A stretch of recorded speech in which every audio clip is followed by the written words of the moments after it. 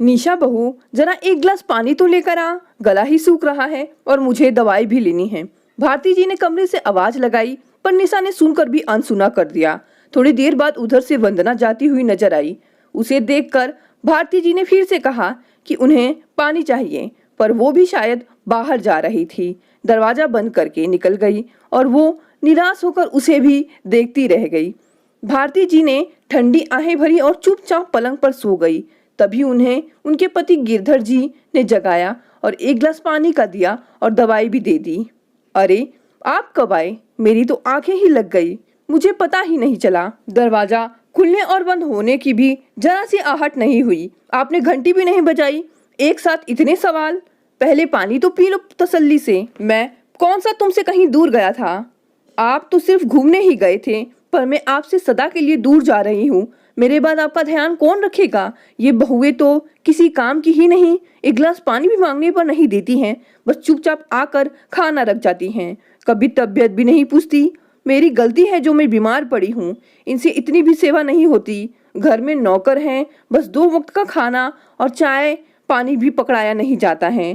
तुम क्यों चिंता करती हो? मैं हूं ना, मैं सब संभाल लूंगा। एक आप ही तो हैं जो मेरी सेवा में लगे हो। दोनों बेटियां भी आकर चली गई। आखिर कब तक यहाँ रहती? उनके भी घर परिवार हैं, बाल बच्चे हैं, उनके स्कूल हैं। आखिर कब तक रुकती? वो दोनों अभी 7 दिनों के लिए ही गई हैं। बच्चों की परीक्षाएं होती ही वापस आ जाएंगी। कहकर गई हैं, हमारे आने तक माँ का ध्यान रखना। मीना और गरिमा मेरा कितना ध्यान रखती हैं, और एक मैं हूँ कि उनके जन्म पर कितनी दुख हुई थी। मीना ने पहली बेटी बनकर जन्म लिया और गरिमा जब पेट में थी तो पक्का यकीन था कि इस बार तो बेटा ही होगा, पर नहीं हुआ। गरिमा के जन्म पर मैंने उससे आंखें फेर ली थी और ईश्वर से शिकायत करने लगी थी कि बेटी की जगह एक बेटा ही तो दे देते, ताकि मुझे लोगों के ताने सुनने नहीं पड़ते। आपको पता नहीं है, जब एक बेटियों की माँ को जमाने के रिश्तेदारों के ताने सुनने पड़ते हैं तो वो कितनी दुखी हो जाती है। वो अपनी बेटियों से बहुत प्यार करती है, पर लोग कह कह कर उसका कलेजा छलनी कर देते हैं। जब गरिमा को मैंने गोद में लिया था तो मैं सोचती थी काश एक बेटा हो जाता तो मुझे लोगों की सुननी नहीं पड़ती। जब सोहन का जन्म हुआ था मैं बहुत खुश थी। ईश्वर ने मेरी गोद में एक हीरा दे दिया और उसके 3 साल बाद फिर रोहन जन्मा तो 2 बेटी की माँ बनने का गौरव प्राप्त हुआ। कितनी खुश थी मैं अपना हरा भरा परिवार देखकर। चारों बच्चों की परवरिश की और दोनों बेटियां और बेटों की शादी करके मैं समझी थी कि मैं चिंता मुक्त हो गई, पर यह बीमारी मुझे जीने नहीं दे रही है और उस पर बहुओं का रूखा व्यवहार मुझे खुश भी नहीं रहने देता। कभी कभी लगता है लोग सच ही कहते हैं कि बीमार आदमी सब पर बोझ होता है। मैं क्या अब सब पर बोझ बन गई हूँ? तुम गलत सोचती हो, सब कुछ ठीक है, तुम बहुत जल्दी अच्छी हो जाओगी, ये बीमारी तो कुछ भी नहीं है। और गिरधर जी ने भारती जी को सुला दिया। उन्हें कुछ महीने पहले की बात याद आ गई, जब डॉक्टर ने कहा था कि आपकी पत्नी कैंसर के अंतिम स्टेज पर हैं, अब कुछ भी नहीं हो सकता, आप बस उन्हें खुश रखिए, कुछ दिनों की मेहमान हैं। और ये सुनकर गिरधर जी की आंखें नम हो गई। घर में सबको पता था, एक भारती जी को ही पता नहीं था, क्योंकि उन्हें क्या बीमारी है। वो दिनों दिन कमजोर होती जा रही थी, उनकी भूख भी मरने लगी थी। अब वो बहुओं पर बोझ बन गई थी। जब निशा और वंदना शादी होकर आई थी तो भारती जी ने उन दोनों के खूब लाड लड़ाए थे।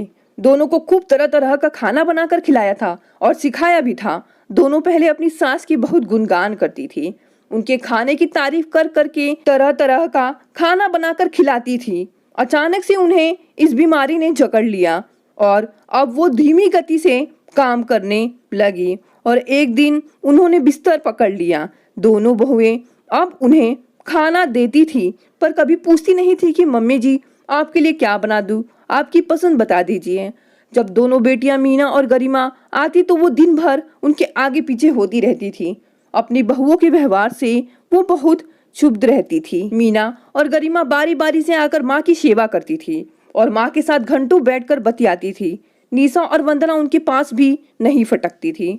गिरधर जी अपनी बहुओं की हर गतिविधि पर नजर रखते थे। उन्हें सबकी जानकारी थी, बस वो कुछ बोलते नहीं थे। बेटे सुबह के गए रात को घर आते थे तो उनसे कुछ कहना बेकार था, क्योंकि उन्हें लगता था कि उनकी पत्नियां माँ और पापा का काफी ध्यान रख रही हैं। एक सुबह भारती जी ने अंतिम सांस ली। दोनों बेटियां रोती बिलखती घर आई। दोनों को संभालना मुश्किल हो गया था। दोनों बहुओं ने भी रोने का नाटक कर लिया। घर परिवार और सभी रिश्तेदार इकट्ठे हुए थे। भारती जी को गए हुए 13 दिन हो गए थे। उनके अलमारी और बक्से पर सबकी नजर पड़ी थी। भारती जी के गहने बहुत सारे थे। उन्होंने जीते जी इसका बंटवारा नहीं किया था। इतने सारे गहनों को देखकर दोनों बहुओं का मन मचल गया। ये नौलखा हार तो मैं मांग लूंगी, निशा मन ही मन सोच रही थी। वही वंदना भी जड़ाऊ बारी कंगन के सपने देख रही थी। गिरधर जी ने सारे गहने निकालकर अपने पास में रख लिए, किसी को भी नहीं दिए। तभी निशा दबी आवाज में बोलती है, सासू माँ के बाद गहनों पर बहुओं का हक होता है पापा जी। वंदना ने भी स्वर में स्वर मिलाया। हाँ, वो बात तो है, इन गहनों पर बहुओं का हक होता है।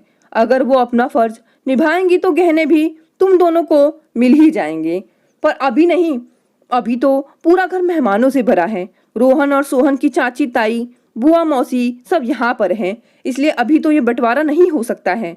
मैं फुर्सत से बांट दूंगा। दोनों बहुएं खुश हो गई थी। उन्हें लगता था कि गिरधर जी कहीं सासू माँ के गहने दोनों बेटियों में ना बांट दे। दोनों की गिद्ध नजरें अपनी सासू माँ के गहनों पर ही थी। मीना और गरिमा भी अपने ससुराल जा चुकी थी। उन्होंने गिरधर जी को भी समझाया था कि आप अपना ध्यान रखिएगा। माँ के जाने के बाद आप तो अकेले रह गए हैं। भाभियों ने माँ की सेवा नहीं करी तो आपकी सेवा भी क्या करेंगी। तुम दोनों की भाभियां मेरी सेवा जरूर करेंगी, क्योंकि मेरे पास भारती के इतने सारे गहने जो हैं। गिरधर जी अगले ही दिन लॉकर में सारे गहने रखकर आ गए थे। दोनों बहुएं उनका चेहरा देखती रह गई। उन्होंने ये भी ऐलान कर दिया कि जो बहू दिल से उनकी सेवा करेगी और उन्हें खुश कर देगी तो वो सारे गहने एक बहू को दे देंगे और इसे लॉकर की चाबी थमा देंगे। अब निशा और वंदना के मन में लालच सा आ गया। अब क्या था, दोनों बहुएं बस दिन रात ससुर की सेवा में लगी रहती। मन पसंद खाना से लेकर उनका कपड़ा प्रेस करना, गरम गरम रोटियां बनाकर देना, समय पर कपड़ों की धुलाई और कमरे की सफाई भी हो जाती। अब तो दोनों नन्नों से रोज फोन पर ही बातें करती। पापा जी, अगले महीने मेरी छोटी बहन की शादी है, तो मैं मम्मी जी के गहने उसमें पहनना चाहती हूँ। अब घर की बहू हूँ तो असली सोने के गहने ही पहनूंगी। आपका भी मान रह जाएगा और नाक ऊंची हो जाएगी कि आपकी बहू तो सिर से लेकर पांव तक असली गहनों से सज रही है। निशा ने कहा, ठीक है, तुम गहने ले लेना। गिरधर जी ने कहा तो वंदना को लगा कहीं भाभी गहने लेकर वापस नहीं करेंगी तो क्या होगा। वो रात भर चिंता में डूबी रही कि कैसे भी वो भी गहने हथिया ले। अगले दिन गिरधर जी उठे तो निशा ने गहने मांगे। बहू, ये लो अलमारी की चाबी और गहने निकाल लो। लेकिन गहने तो लॉकर में थे, अलमारी में कैसे आ गए। निशा का चेहरा पीला पड़ गया।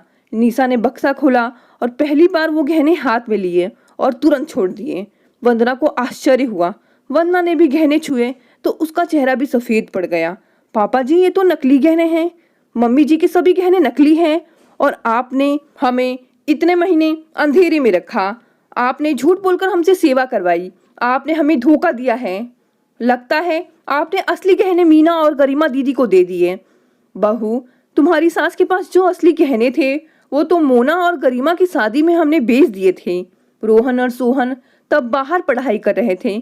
इन दोनों को भी पता नहीं है। तुम्हारी सास ने फिर नकली गहने बनवा कर रख लिए। तभी तो ये गहने लॉकर की जगह घर में रखे हुए थे। जब वो मरने वाली थी तो उसे मेरी बड़ी चिंता थी कि बहुएं मेरा ख्याल रखेंगी या नहीं, तो वो ही कहकर गई थी शायद गहनों के लालच में बहुएं आपकी सेवा कर दें। अब मैं ज्यादा झूठ नहीं बोल सकता हूँ। मुझसे अब और नाटक नहीं होता है। मैंने अपना सामान पैक कर लिया है और कल ही सुबह मैं अपने दोस्त के पास गांव रहने जा रहा हूँ। अब मेरे पास कुछ भी नहीं है। ये मकान भी किराए का है और गहने भी नहीं हैं। कोई जायदाद भी नहीं है, तो फिर तुम मेरी सेवा क्यों करोगी। निशा और वंदना को बड़ी आत्मग्लानि महसूस हुई। रोहन और सोहन ने भी सारी बातें सुन ली। उन्होंने अपने पापा को मनाया कि वो उन्हें छोड़कर नहीं जाएं। निशा और वंदना ने भी माफी मांगी। बहू, सासू माँ के बाद सिर्फ गहनों पर बहुओं का हक नहीं होता, उसकी समस्त जिम्मेदारी निभानी भी बहू का फर्ज होता है। गहनों पर ही नहीं, जिम्मेदारी पर भी हक जताओ। मैं खुद एक जिम्मेदारी हूँ। निशा और वंदना की आंखों से आंसू बहने लगे और उन्होंने गिरधर जी को रोक लिया। दोस्तों, कहानी कैसी लगी? कहानी पसंद आई तो इसे लाइक और शेयर करें और चैनल को भी सब्सक्राइब करें। धन्यवाद।